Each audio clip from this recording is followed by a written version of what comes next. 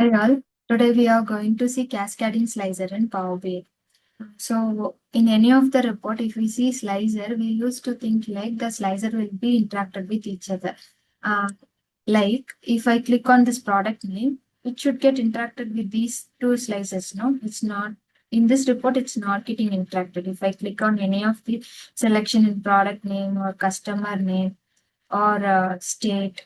So these three slicer, it's not at all been interacted.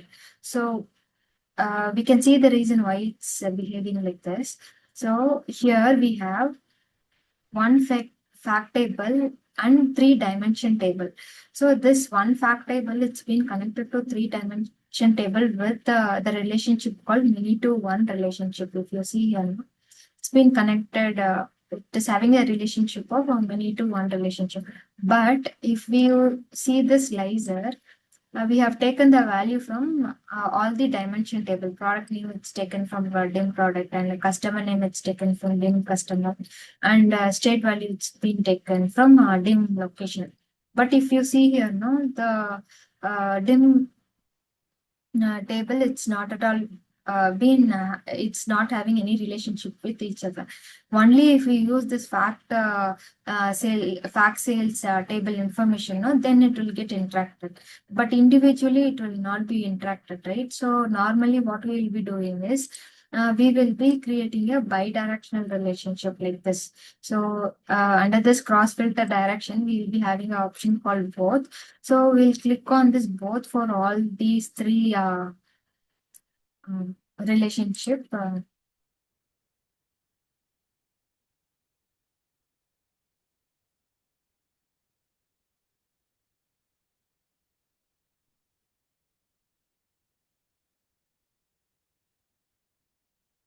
Actually, it is not an optimized way to use this bi-directional relationship, but generally we used to, for interacting purpose, what we used to do, we used to do this process, and we will, if we click this process name, no, this state and customer name will be filtered. If you see here, it's getting interacted.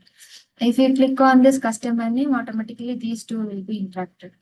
Um, if you see here, these two are getting interacted. And if you see state, if I click here, these two are getting interacted.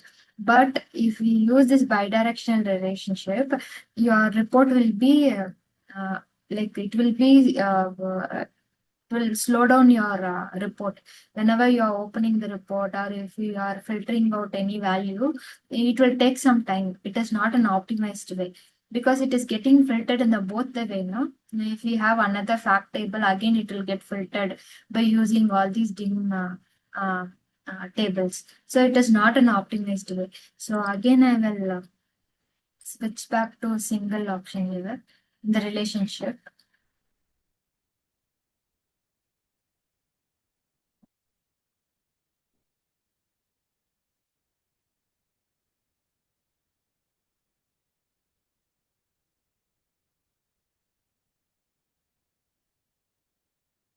So to optimize the report, this is the main thing. We should not use the bidirectional relationship.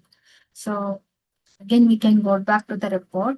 For to interact this report, right? What we can do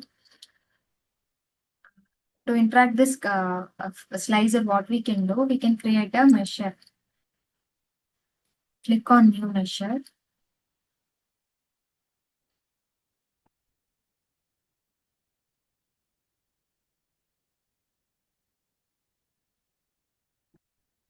Bring this measure as cascade, and I'm introducing this int uh, DAX. In that, I'm giving a DAX called is empty, and I am giving the table name as fact sales. So what it will return is, if the table is in empty, sorry, before is empty, I need to give not.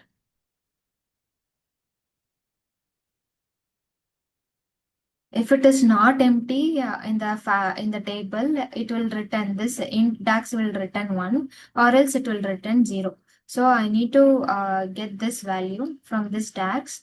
I'll click on this check tick mark. And for each and every slicer, what I will be doing is I'll go to I'll select the slicer. I'll drag this cascade DAX here. I'll make this one and click on apply filter. Again, for each and every slicer, I need to do the same. Cascade this one, apply. So for all three, I'm doing it. So once if we implement this DAX in each and every slicer, no? So if you see automatically, I haven't given any bidirection relationship here. So if I click here, it automatically filters. If you click here, these two slices are filtering. If I click this, automatically these two are filtering. So this is how we can optimize our report by using this cascade DAX instead of using this bidirectional relationship. Sorry, bidirectional relationship. Hope this video is useful to you all. Thank you.